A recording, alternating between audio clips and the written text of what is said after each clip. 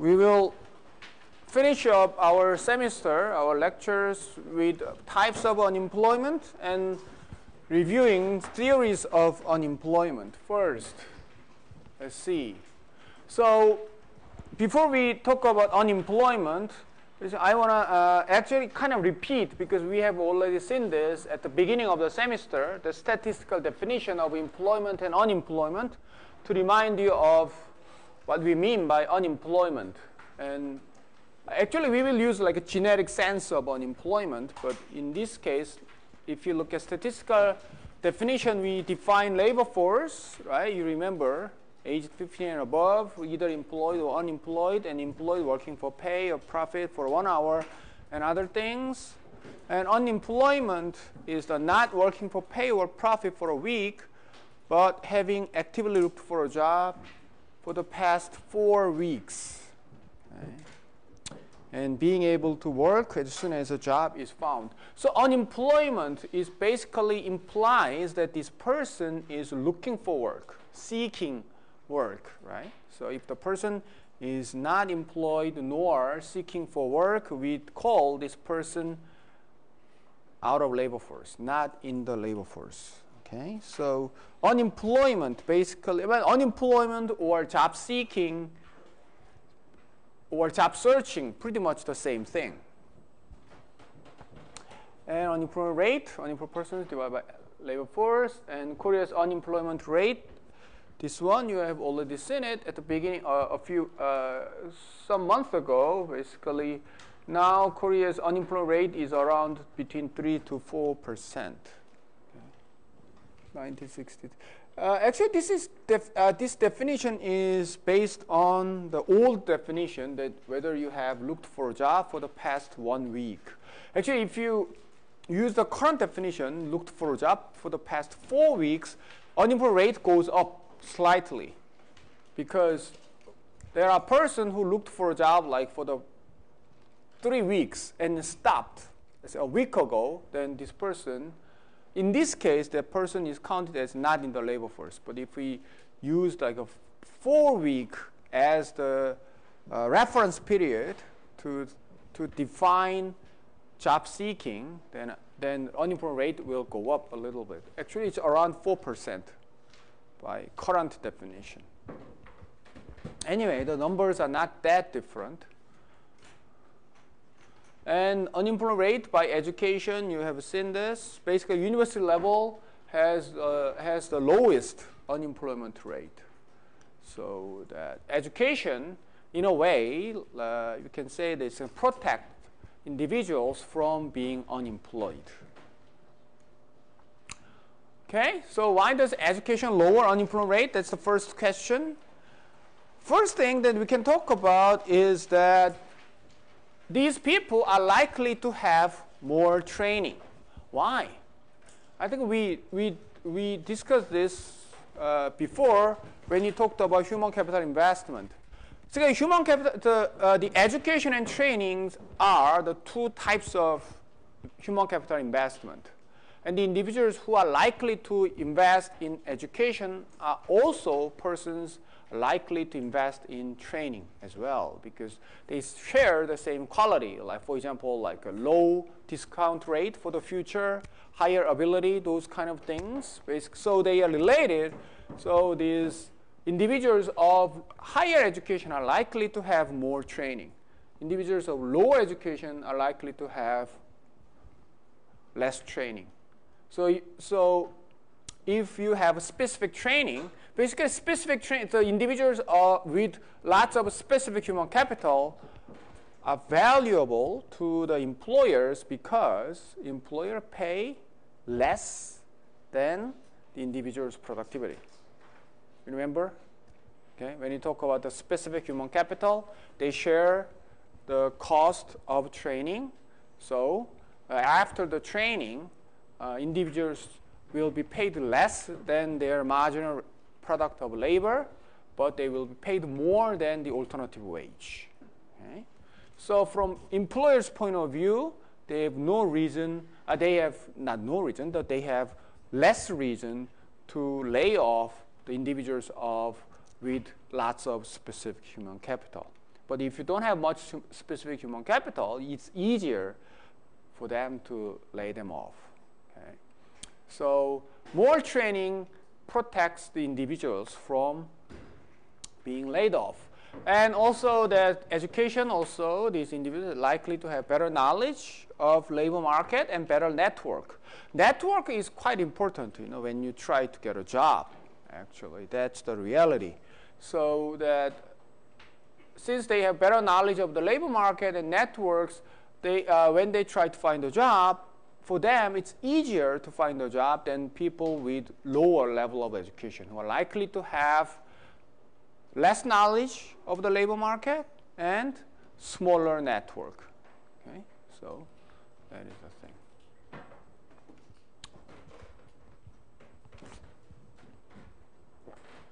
Okay, also when you look at the age, the people who are most likely to be unemployed are young ones.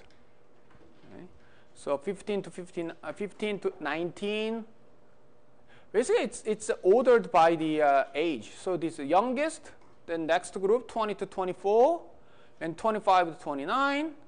And then the lower groups are 30 to 39, all these people. Okay? So as you can see, there is a clear order by the age. Okay? The younger groups are the most likely to be unemployed. So why are they most likely to be unemployed? Actually, it's easy to think about it. Okay, so just talk about it a little bit later.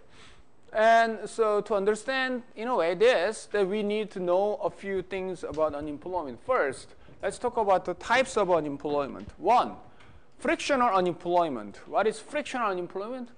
Unemployment that happens between jobs or after completing education. Okay? So it's basically it's a transitory unemployment. Okay? So you had a job, and then you look for a new job, and then let's say for the time being you look for a job because you want to, you know, move to another job, or you know you are close to completing your formal education, so you try to get a job, and you will become unemployed. Okay? So that is the situation. So in a way, the individuals, at least once in their life, will go through a frictional unemployment period, right? So for example, let's say you become, your graduation years, okay? Then what you were thinking is that some will go to next level of schooling, let's say graduate school, but lots of you will look for jobs. Okay? So when you enter that stage, then you are unemployed. Okay? So, and then in statistics, you will be counted as unemployed person, even though you are a student. Okay? So students who look for a job are unemployed people. Students who do not look for a job are not in the labor force. Okay?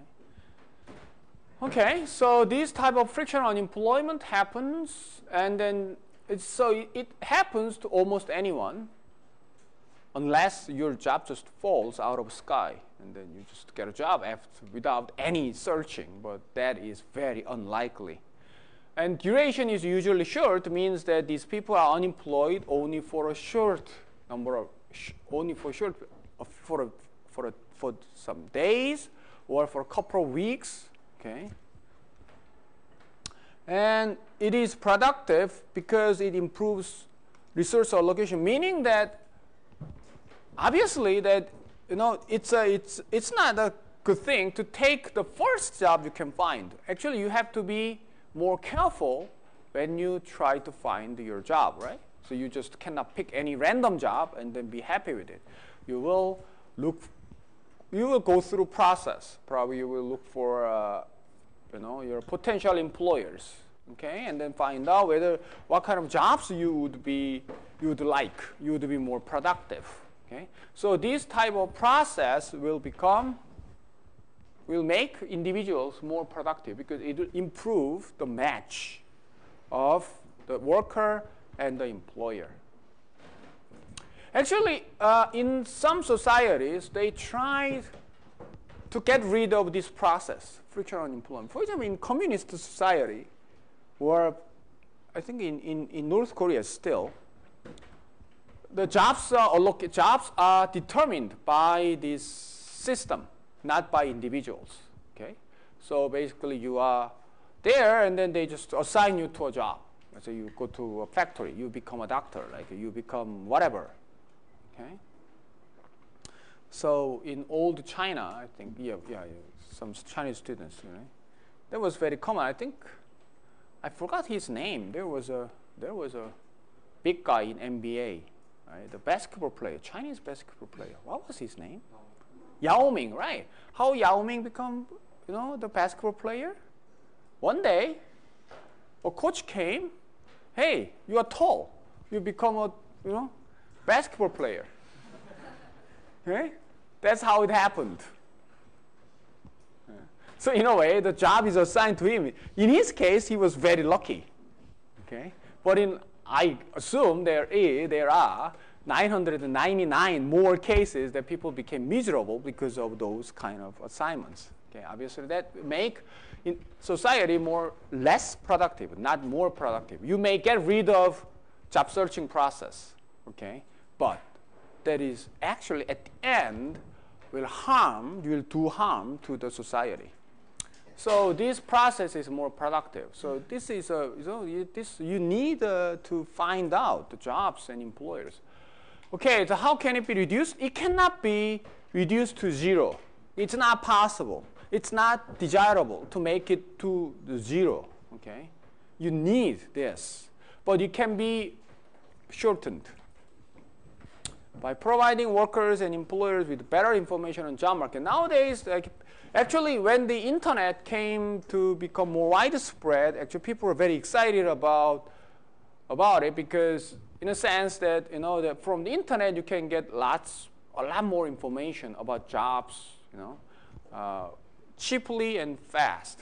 Okay, so there is some evidence that this development in internet actually reduced frictional unemployment because people can find jobs much more easily and cheaply, okay? And at any time. You don't have to call or you don't have to wait until you see a newspaper or something. You can just check it, right, anytime. So improvement of information or location can reduce frictional unemployment, but it can never be zero. Okay, and another type of unemployment is seasonal unemployment. This is a bit specific to certain sectors. So laid off due to production cycle. So for agriculture is the classic example. So if you are in a farming society, there is a busy season and there is what do you call it? Busy and not that busy. Okay? So in the spring and the fall, right? You have to, sow the seed, and then you have to reap the. So reaping season and sowing season are the busiest season. So lots of people are needed. But during, let's say, summertime, okay, when the plants are growing, you don't need that many people to work on the field. Okay, so in the farming society, it is quite common that people become unemployed during that summer season, okay, and then they re-employed when the busy season comes. Okay? So those kind of things can happen in agriculture, and also in manufacturing. Some manufacturing industries, they regularly change, let's say, the design of, let's say, cars. When they change the design of cars, or when they change the production line of cars, let's say they change the model. Okay, so let's say the Hyundai Automobile introduced, let's say, new line of cars. Okay, so they decide to make it in, let's say, Ulsan factory. So what should they do? Actually, they should retool the whole thing. Okay, it was designed to produce old model. Now they have to change it to new model. So the factories will be closed for a while, not for very long, but there should be a work done in the factory, inside the factory, before the workers actually come in and work. Okay? So during that period, you can say these people are unemployed. Okay? But obviously, the seasonal unemployment, as the name, workers usually return to their former employer once the employment season starts. So in that sense, the seasonal unemployment for some sectors is unavoidable. Okay? Because that's how it works, right? Unless you get rid of season. Okay? So this is, in a way, but it applies to only a small proportion of workers, and it's unavoidable. So it's not a problem in a way. It's just there. Okay. Okay, but last thing that I'm going to talk about is a problem. We call it the structural unemployment. So this is the one, when we think of unemployment, this is the one that we usually think seriously about. One type of structural unemployment. So structural unemployment happens because of the structure in the labor market. So it's more fundamental issue. One that can happen is the mismatch of skills. What does it mean? It means that the skills that workers possess do not match the skills the employers want. Okay?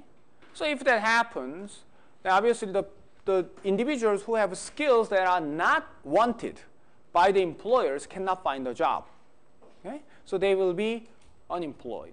So when that can happen, so for example, like a sectoral shifts, what it means is that, let's say as time goes, okay, some industries flourish, some industries shrink.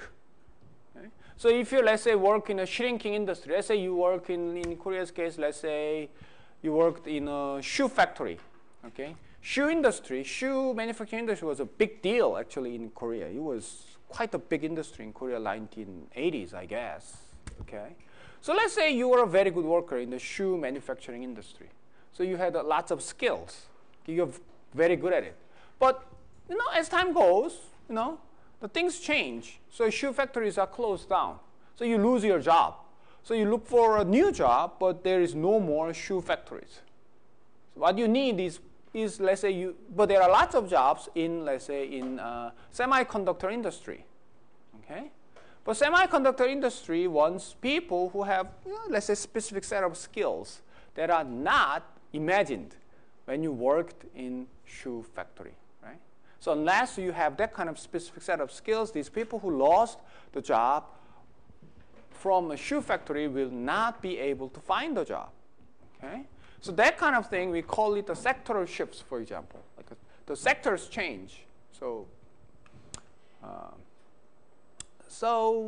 that is there's a thing. So in this case, unemployment duration can be quite long because these people will just keep failing getting a job, and then so for these people, obviously they need to acquire the new skills. So training program is necessary. So actually there are training programs for unemployed people. They do exist. Okay, in Korea, there are government training programs for those type of people, and then also in most countries they have training programs for these group of people. Okay, another thing is that sticky wages. Okay, this is about the skills. Another thing is sticky wages. Basically, it's a simple diagram that supply and demand.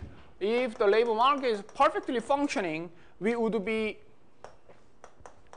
wage level double star, E star, and supply and demand are equalized. That means there should be no unemployment.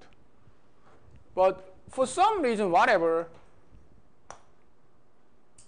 let's say the wages are stuck at W star, 2 stars. Okay, so it's higher than equilibrium wage level. So that means what? Supply, demand, there is oversupply. Okay? So if the market is perfectly working, actually this oversupply should cause wages to fall. But for some reason, let's say it cannot happen. Then we have unemployment. Okay? So what can make sticky wages sticky? Unions. Okay, union, obviously that's what unions do. They try to increase the wage above the equilibrium level. Minimum wage, by definition, legally, sticky wages are made. And efficiency wage, okay. Oh, I didn't finish the efficiency wage. Right. Yeah. I just read about it. Yeah, it's easy. Anyway, the efficiency wage is the idea is that if you pay the workers above the equilibrium wage, so equilibrium wage is the alternative wage workers get. Efficiency wage is the wage you get. Okay, so there is a gap, and workers will work hard because these workers, if they lose their job, that pays W2 stars will get the job W star. So they will work hard. So they use efficiency wage to increase productivity of the workers. Okay. And actually, the lecture note, the remainder of lecture note, basically talks about how the efficiency wages are determined. Basically, it's profit maximization. Okay. So anyway, that is not that important, I think. So that is the one. Okay. So this is the one we talked about. And how can we get rid of this? One way of doing it is that we just shift the labor demand curve. So if we stimulate labor demand curve, okay, aggregate demand to increase the labor demand, then unemployment due to sticky wages can decrease. So structural unemployment, okay, happens because the labor market is not as well functioning as it should be. Okay. So what we need to do is that we need to actually change some things, what's happening in the labor market. Okay. So that is much more difficult to deal with. Okay. For example, like in sticky wages, if you try to change the minimum wage or try to, interfere with the unions, that can be politically quite difficult. So all those things can make structural unemployment difficult to get rid of. Okay. So actually, the level of unemployment is important. You don't want the level of unemployment too high. Okay? But at the same time, what you need to care about also is what is the nature, types of unemployment. Okay? Whether it's mostly, let's say, frictional, whether it's mostly structural. Okay? If it's structural, even if two societies have the same rate of same unemployment rate, one society has mostly frictional unemployment, the other society mostly have, let's say, structural unemployment, then the latter society will be in more trouble in finding a way to decrease the unemployment rate.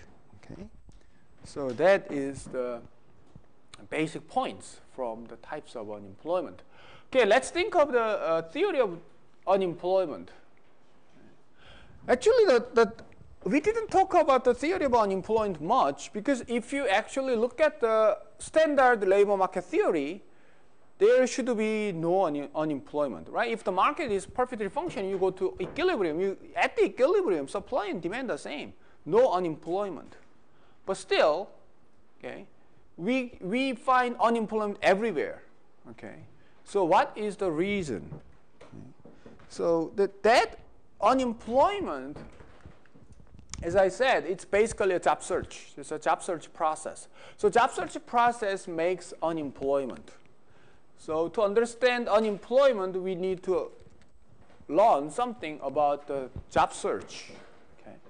So there are actually quite a few job search models, but in this case, in our case, I will just talk about the simplest type of job search model. Okay, in this theory of job search, workers shop for a job. Okay, so it's like shopping for a bag or something. Okay? You have job opportunities. Okay, so you need to find the best job available to you. So let's assume that, actually let's not assume, it's basically the reality is that workers, in a way, they shop for a job. They try to find the best one. Okay? And what the shopping, there are costs. One is direct costs. What is the direct cost? Direct cost is a simple like cost to go to job interviews, cost of applying for jobs, all those kind of things. And foregone earnings is that during the job search process, you cannot earn money, let's assume. Okay? Actually, in a way that if you just stop job search and then take any job available, you will get some earnings, let's say. You go to any job, let's say, available. Okay? You can find some jobs at least, but you just refuse to do it. So in that way, actually, you are losing your earnings, okay, during that period of time. So we call it the foregone earnings. Okay, and this theory of the simplest theory of job search should talk about why people remain unemployed. So let's think of this.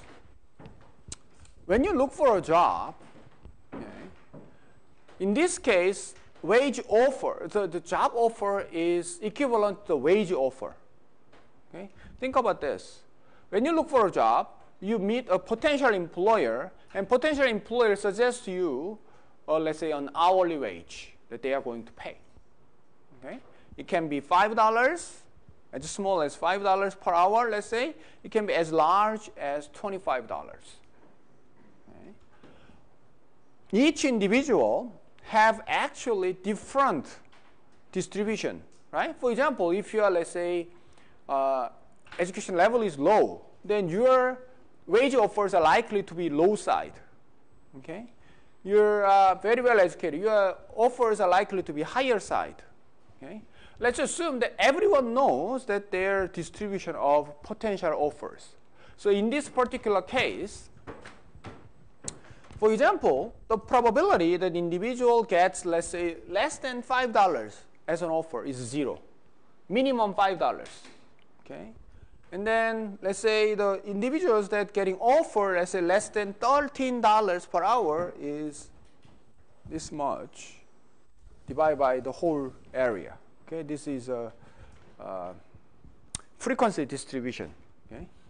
And the individual, for this individual getting more than, let's say, $23 per hour, the probability of getting offered $23 per hour or more is pretty low. Okay?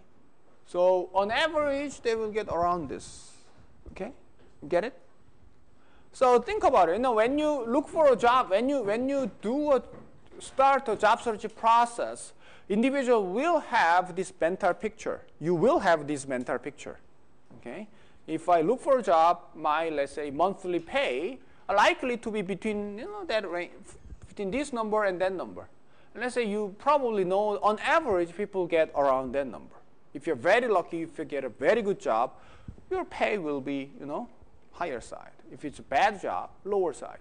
So I'm pretty sure that most individuals will have this picture. I did have this picture. Okay? Nowadays, I stopped job searching, so I don't care about this much. But anyway, for you guys, you will care about it, right? Obviously, you should have this idea, right? If you don't have this idea, then you will be in trouble. You may, reject a very good offer, or you may accept a really lousy offer, right? You may accept it like, wow, $10 per hour, thinking that it was pretty good, but it turns out that it was pretty lousy. If you reject the $23 an hour for this person, this person will regret it, right, for the whole lifetime. So obviously, every individual will have this picture. So let's assume everyone, our unemployed person knows this distribution. Okay? And every time when the person look for a job, let's say there is a possibility that this person gets an offer. Okay, one offer. Okay? And when this person gets an offer, then this person will decide whether to reject it or accept it. Okay? So if the person accepts it, then this person will be employed and get the wage for the rest of the life. Okay? And if the person accepts it, right, then this person will be employed and gets the wage that offered for the rest of life. If the person rejects it, then this person will just go on another search. Okay, so that will cost more, right? Because another search costs you direct cost and the foregone earnings. So that's the idea. So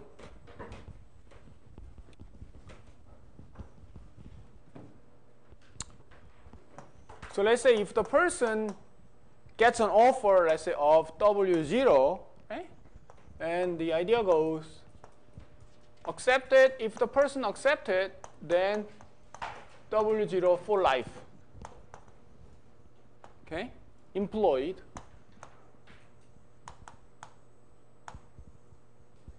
for $W0 for life. Reject. Okay, for reject, then this person will go on another search. Okay, so another search is actually, there can be two situations: no offer or another offer, right? Offer W1, okay, and no offer. Then this person will go. Okay. So this is the search process. Okay, you enter this job search process. What happens is that you get. It is possible that you will get no offer, or it is possible that you get one offer. With one, if you get an offer, you decide whether to accept it or reject it. If you accept it, then job search ended. You are employed for these dollars for the rest of your life. You reject it, then you actually repeat the whole process again. Okay? If you don't get any offer, then you just repeat the process, because you will do another search again. Okay? So in that way, basically it's pretty simple, idea. That there is a job search process. And job search process just basically it repeats itself, okay, until you accept an offer. Okay? Got it? Okay. That's actually the essence of job search model. Job search model can be quite complex actually actually job search model is not for the undergraduate study. It's mostly for graduate subject, because it's a dynamic optimization problem. But anyway, so the job search model can be quite complex theoretically, but the idea is simple. This repeats the process itself. So the process can become more complicated or simplified. Our version is quite a simple version. So at the end, what happens here is this. The individual will accept an offer that is greater than her asking wage. If this one is repeated, and then actually if we solve the model, they will reach a conclusion that the individual will have its own asking wage. What it means is the individual will have a threshold, whether to accept an offer or reject an offer. So if that offer is greater than asking wage, just accept it. If it's less than asking wage, just reject it. Okay? That's how these individuals will behave. Okay? So something like, for your case, for example, when you start a job search, okay, then each of you will have a asking wage. Asking wage will be different from individual to individual. So some people think that, okay, 2 million won per month is my asking wage. 3 million won per month is my asking wage. So if your employer offers you more than that, you sign it and you go to that place. If the employer offers less than that, you just reject it and try another search. Okay. So what is the asking wage? Asking wage is basically, you can define it as the wage level that worker is indifferent between accepting it and rejecting it. Okay? So how is the asking wage determined? Okay, the simple idea that uses this diagram. Okay, what happens here is this. The horizontal axis is the wage offer at hand. That means that let's say you got an offer of specific amount. Okay? And then you think about whether if I reject it, what would I get? Okay? If I reject it, what would I get? If I reject it, okay, what I can get is another offer. Okay? If I reject it, I go for another search, I will get another offer. Okay? And how better this offer compared to my current offer? How the future offer is compared to my current offer will be my marginal revenue. If you get a very bad offer, let's say your offer is pretty low, okay? You reject it, and there is a pretty good chance to get actually a better offer than this. Okay? So rejecting it actually will give you higher marginal revenue. If you go to another search, you expect more revenue from this. But let's say this offer is pretty good. Okay? So there is not that high probability of getting a better offer than this. If you reject it, actually, you are risking that getting rid of this, and then the expected revenue from another search will be pretty small because this offer is already pretty good. Okay? So in that way, you can see the marginal revenue. This is the marginal revenue of additional search. It's negatively sloped with wage offer at hand. So wage offer is pretty low, then the expected revenue from another search is high. If the wage offer at hand is big, is large number, then the expected revenue from another search is low. So that is the marginal revenue curve. A marginal cost curve is basically, think of foregone earnings. If you reject this offer, your foregone earnings will be small because offers at hand is small.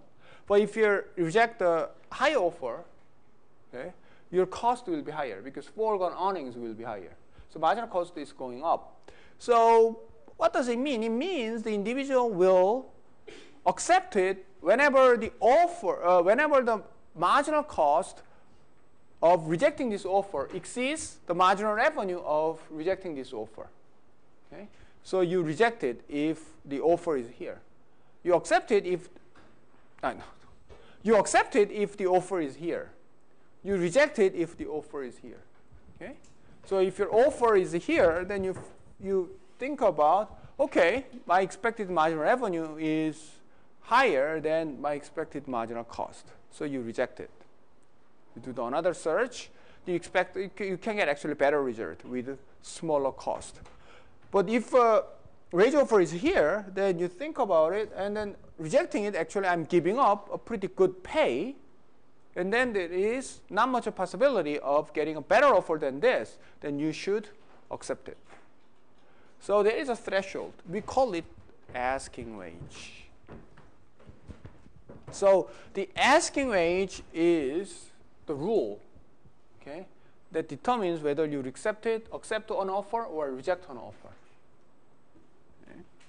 So individuals will have different asking wage because their marginal cost and marginal revenue will be different. Okay. So for example, the discount rate. Okay. So present-oriented workers' marginal revenue of searching is lower than future-oriented workers. Meaning that if you care a lot about right now, then it's better to have a job right now than waiting. Okay? So you are willing to accept even lower offer. Okay, but if your discount rate is low, okay, then you care more about the future, so you can wait until you get the better offers. So for them, their expected marginal revenue is higher. Okay? So this marginal revenue includes, okay, inside there is discounting. Discounting is already there. Okay? So the discount rate, present-oriented workers' marginal revenue of searching is low. So discount rate is high, then their asking wage will be high or low. If discount rate is high, asking wage will be low. Okay. Unemployment insurance benefit. Unemployment insurance benefit is that the benefit that workers, the job seekers can get while they are unemployed. In Korea's case, for example, you are covered by employment insurance. You pay the due while you are employed. When you become unemployed, actually you can get cash from your unemployment insurance, okay, from between 3 to 8 months. Okay? It can be as high as 1.2 million won per month. Okay? So if you have, let's say, those type of benefit, which means that you will have some cash while you are unemployed, which means for them the cost of searching is likely to be low. Okay? If you don't have any money, then your cost of searching is likely to be high. You will starve. Okay? So how much you have in your pocket, how much you have in your pocket while you are unemployed is quite an important factor that determines whether the individual have low asking wage or high asking wage. Let's say if you have a pretty good insurance benefit while you are unemployed, marginal cost will be lower. So asking wage will be higher. Okay? These individuals will become more selective. If there is no benefit, then asking wage will be lower. So the individual will have low asking wage. Liquidity constraints are basically that's a similar thing. That what can happen is that if you just become unemployed, you have some savings. And when you do searching, let's say you fail to get a job soon, then what happens? Your savings will run out. Okay? So people will become more and more constrained in terms of their liquidity. So that means that as time goes, individuals will have lower and lower asking wage. At first, they start with a pretty high goal. But as time goes, as the money runs out, what happens? As time goes, marginal cost of searching increases. As it increases, asking wage is falling. So that is probably lots of cases. When they first lose their job for the first, and then for the first, let's say, a couple of weeks, they aim pretty high wage offer. But as time goes, their wage offer goes down. So those kind of things. So they can actually affect the asking wage. At the same time, if the asking wage is high, usually it takes longer for those people to go back to employment. If your asking wage is low, then these people are likely to go back to employment quickly. Okay, because it's easier to get a job that is higher than the low asking wage. But if your asking wage is pretty high, then it will take a long time for those people to actually get that kind of offer. So that will change the duration of unemployment. Okay.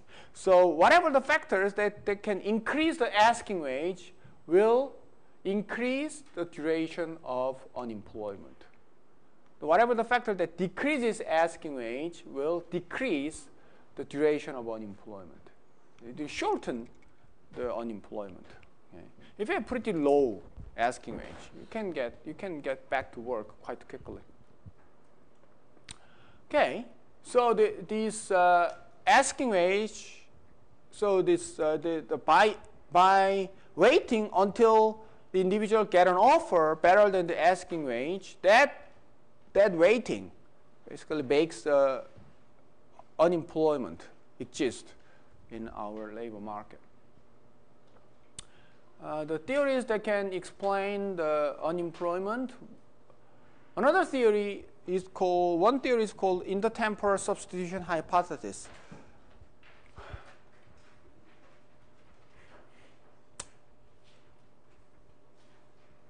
So intertemporal substitution hypothesis is the idea that workers not only care about their utility at this moment, but also they care about the lifetime, the future utility as well. So we call it the lifetime utility.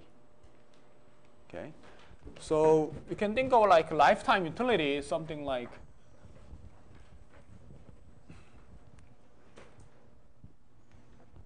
Like a utility at age 20 plus utility at age 21 plus utility at age 22, right? Something like that. So utility at age 80, for example. So or some of that, we can call it a lifetime utility. Okay? So they care not only about right now, but they care also about the future. So that's the basic idea.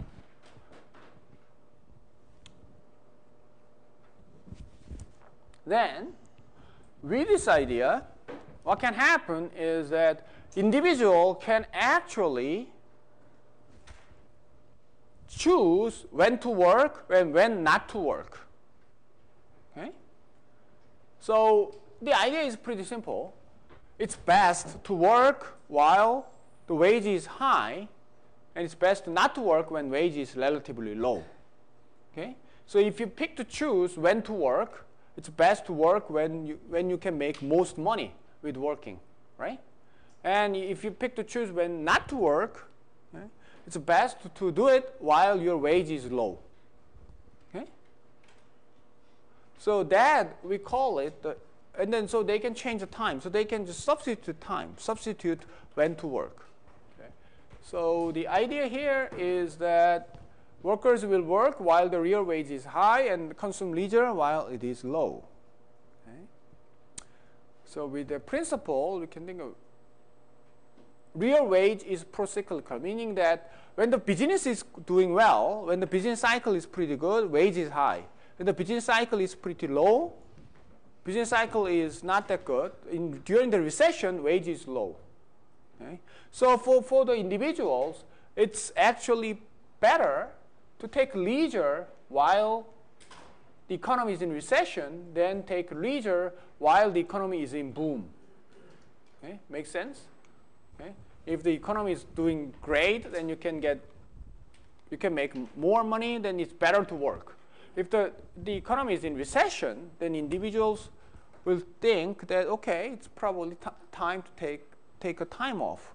So, which means that since the real wage is pro-cyclical, so workers consume leisure during the recession.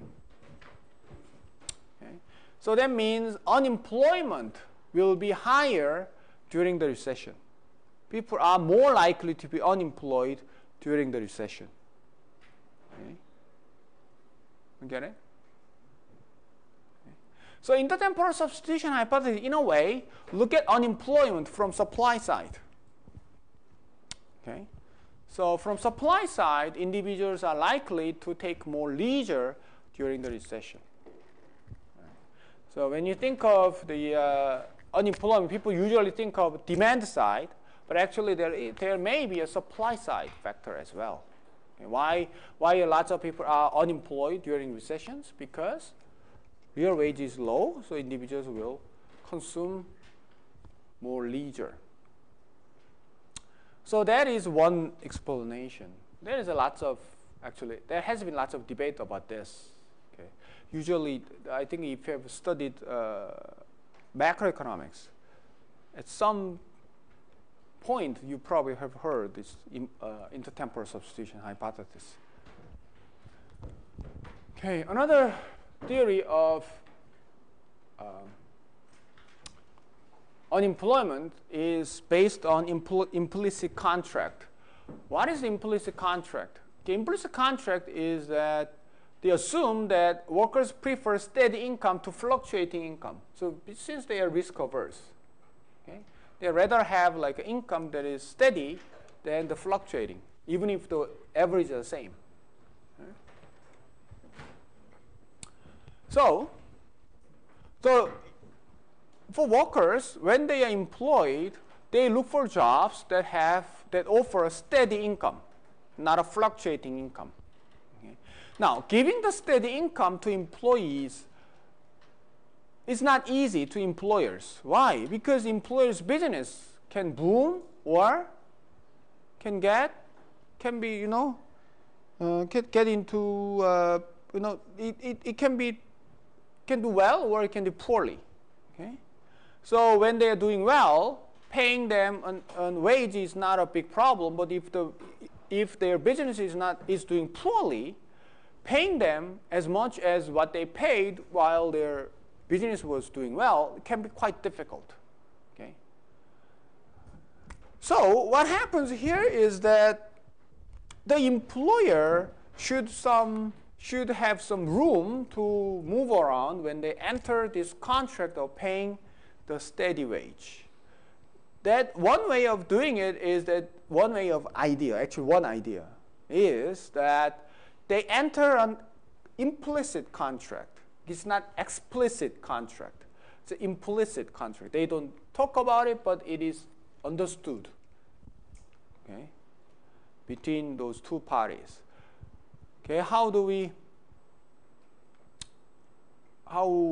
implicit contract works? Okay, employer pay the employees steady wage. In return, workers may accept occasional layoffs. Okay, so they accept some layoffs in return for the steady wage. Okay, so you can think of this way. When the employer and employee meet, okay, when they sign a labor contract, there may be two ways. One way is that employer tells the employees that, okay, you will be paid more while my business is good, but while my business is poor, you will be paid less. Okay, so that's one choice.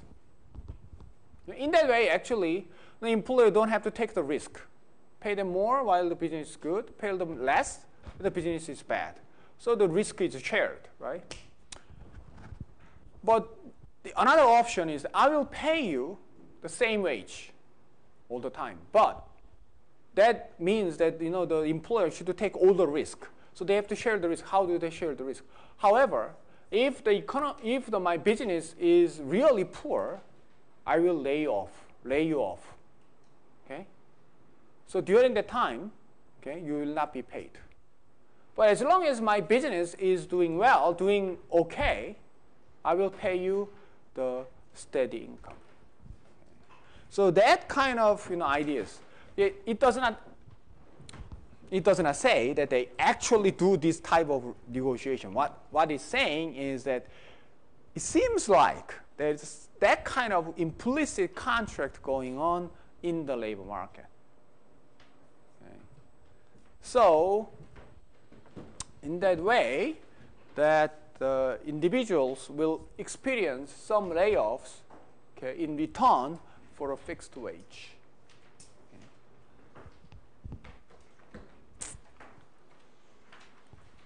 Okay. Actually, the theories of unemployment is a way.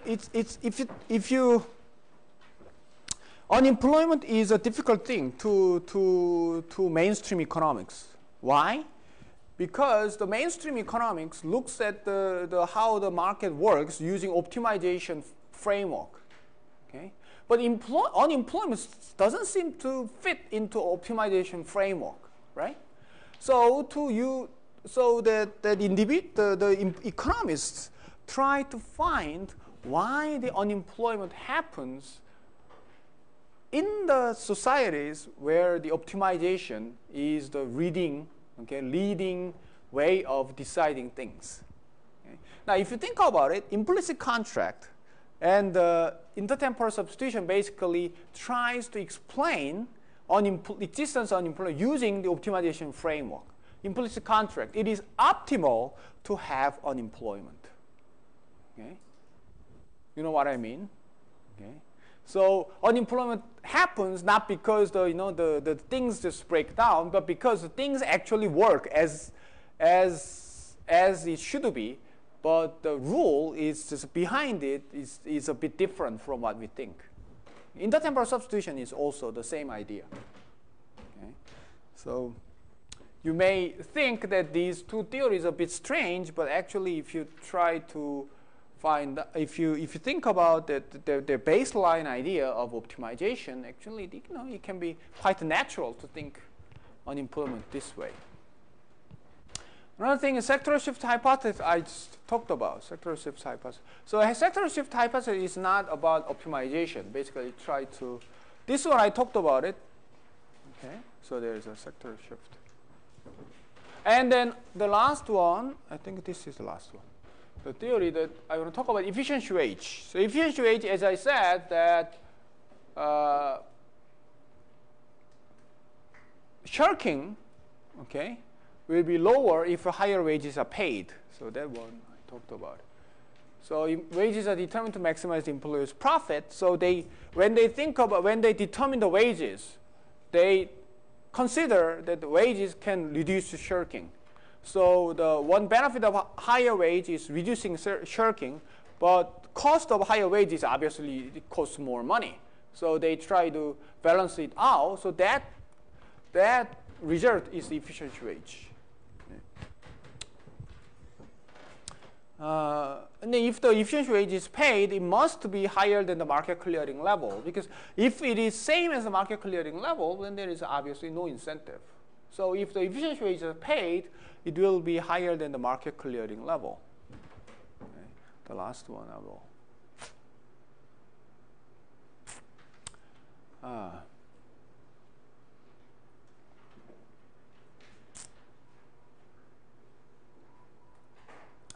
So this is one way of interpreting the efficiency wage. Okay, think about this. The one way of interpreting the efficiency wage is, let's think of this is a labor demand curve. Okay, I think of labor supply curve. Let's say labor supply is fixed at E0, and this labor supply curve includes shirking behavior. Okay, so shirkers and non-shirkers are included in whole, labor supply curve. So W0 is the usual market clearing wage, equilibrium wage is W0, without thinking about shirking, W0. Okay, we don't consider whether you decrease shirking or not, W0. Okay, now let's introduce the idea that efficiency wage can decrease shirking. Okay. So that this firm is trying to attract workers that would not shirk at all. Okay, non-shirkers. So this NS means non-shirkers supply curve. Okay. So at first, let's say they try to pay wages a little higher than market clearing wage. Then there will be non-shirkers, but the numbers will be pretty small. Okay. But as they pay more and more compared to the market clearing wage, and more people are willing to be non-shirkers and supply the labor to this market, to this firm. So this is the non-shirkers labor supply curve. Okay, it's upward sloping. Okay. So efficiency wage will be set at this level. Okay. So this is how the efficiency wage is set. So actually there is different ways of interpreting the efficiency wage. So as you can see, the efficiency wage is higher than the market clearing wage. So obviously that means that there is a sticky wage. Wage is sticky. It does not go down to the market clearing level, so there will be unemployment. So that's the idea. But one interesting idea of the link between efficiency wage and unemployment is this. In a way, that efficiency wage is a penalty. It's not, you can think of it as a reward, but actually the other side of the coin is actually a penalty. If you lose this job, you will lose this efficiency wage premium. So when you lose this is a penalty. Okay? If this penalty for this, so that is a penalty for shirking. If the penalty for shirking is high, then individuals will not shirk. If the penalty for shirking is low, then some individuals will shirk. Okay? So there is a linkage between unemployment and efficiency wage, because if unemployment increases, that means it's more difficult to find a job. when you lose this job, which means that there will be even less incentive to shirk. Okay, if they say it's plenty of jobs available, so I shirk, and then I get caught, I get fired. I can find a job pretty easily because there are lots of jobs available. But if unemployment rate is high, so that means what? When I lose this job, I will have difficult time in finding another job. So that means penalty of shirking just increases. Everything else equal, penalty of shirking increases as unemployment increases in the economy. Okay? So that means the incentive to shirk decreases since the penalty of shirking increases. Okay? So that means if unemployment rate is low, then wages go up even higher. Okay? You know what I mean? Okay? When the unemployment rate is low, okay, then individuals will find that even if I lose this job, I can find another employment when I lose this job. So the incentive to shirk just increases. Why? Penalty of shirking decreases. Okay? So when the unemployment rate is high,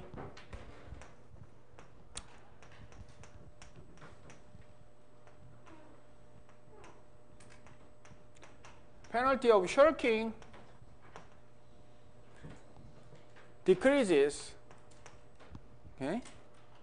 So to make individuals not to shirk, what should they do? They should increase the efficiency wage.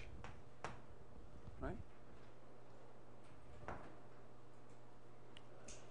Okay? So in this diagram,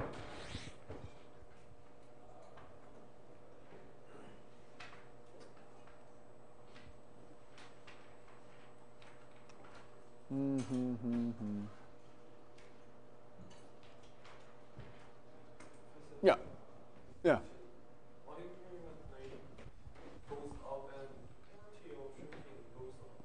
Right. True. Yeah. Penalty of shirking goes up, so efficiency wage decreases. Okay. And unemployment rate goes down, and penalty of shirking goes down, and what is it? Efficiency wage increases. Okay. So, what way of thinking about it is so when the unemployment rate is high, wage level is low. Unemployment rate is low, wage level is high. Okay. That's one observation. In the economy, and during the recession, unemployment rate is high, right? Wage is low. During the recession, boom, unemployment rate is low. At the same time, wages are high. Okay? And what is the relationship between those things? Efficiency wage theory tries to explain this way. Okay? They explain why the unemployment and wages have negative relationship. Okay? One way of explaining is this using the efficiency wage theory. Okay? So efficiency wage theory is a pretty big theory actually.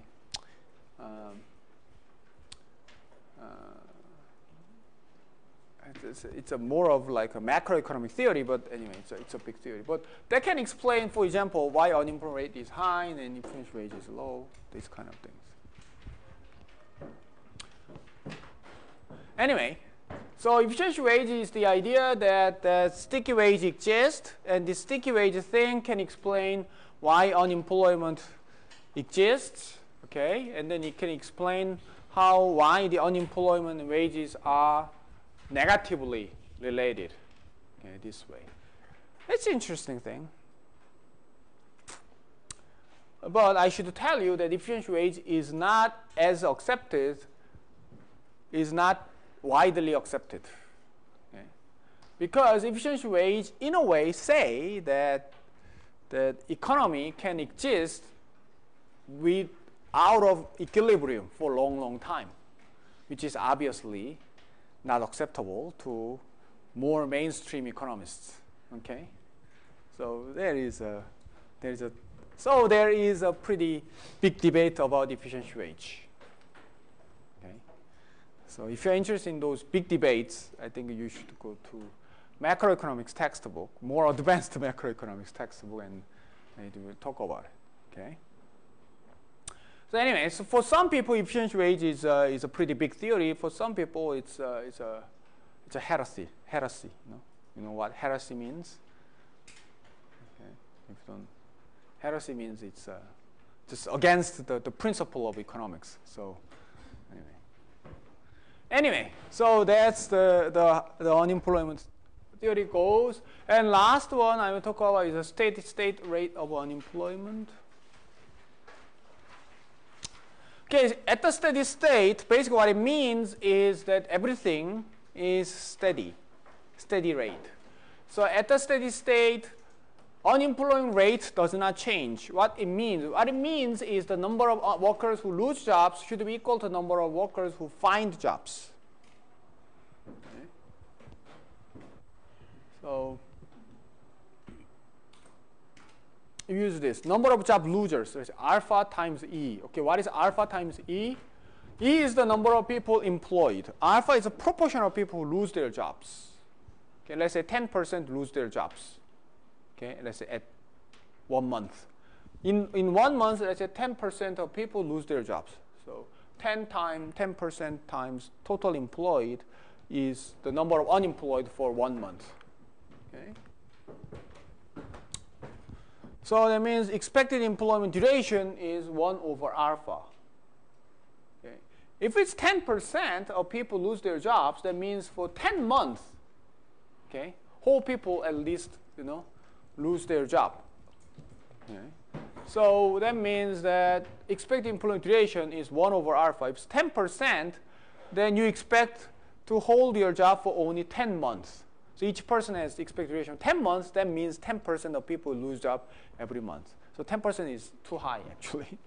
Could be quite small, like 1% or something. If it's 1%, it's 100 months. People, it's the expected duration. Okay, it's statistically expected. And numbers of job finder, same thing. U is the unemployed times beta. Beta is the proportion of people who find the job. And so expected unemployed duration is 1 over beta.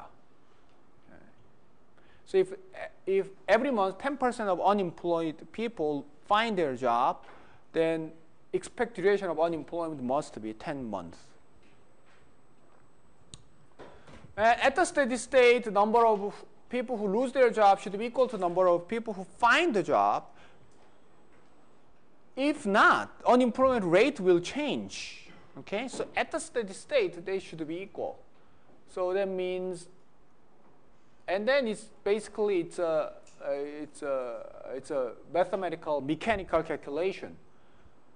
So since E equals F minus U, right? Labor force minus unemployment must be employment. Alpha this. So U over LF must be equal to alpha divided by alpha plus beta. Okay. And that means, actually, using this relationship, what you can say is that if alpha goes down, so that means what? The probability of losing the job goes down, which means that duration of expected duration of employment goes up. Then steady state unemployment rate will be lower. Okay, so the less likely people lose the job, okay, the lower the unemployment, steady state unemployment rate. When beta increases, that means what? Probability of people who find the job among unemployed goes up. Expected duration of unemployment goes down. Then steady state unemployment rate will be lower. Okay, so the more likely unemployed people find the job, the lower the steady state unemployment rate. Okay. So lower the steady state unemployment rate is lower if jobs are more stable, which means less likely to lose a job and last longer, and unemployment duration is shorter. So the policy that makes more stable jobs or the policy that can make unemployment duration short can, in the long run, decrease the steady state unemployment rate. So that's the idea of steady state unemployment. That's it for today, and that's it for our whole semester. Okay? So any questions? Okay, I will see you in the final exam, okay, on Monday. Okay, good luck.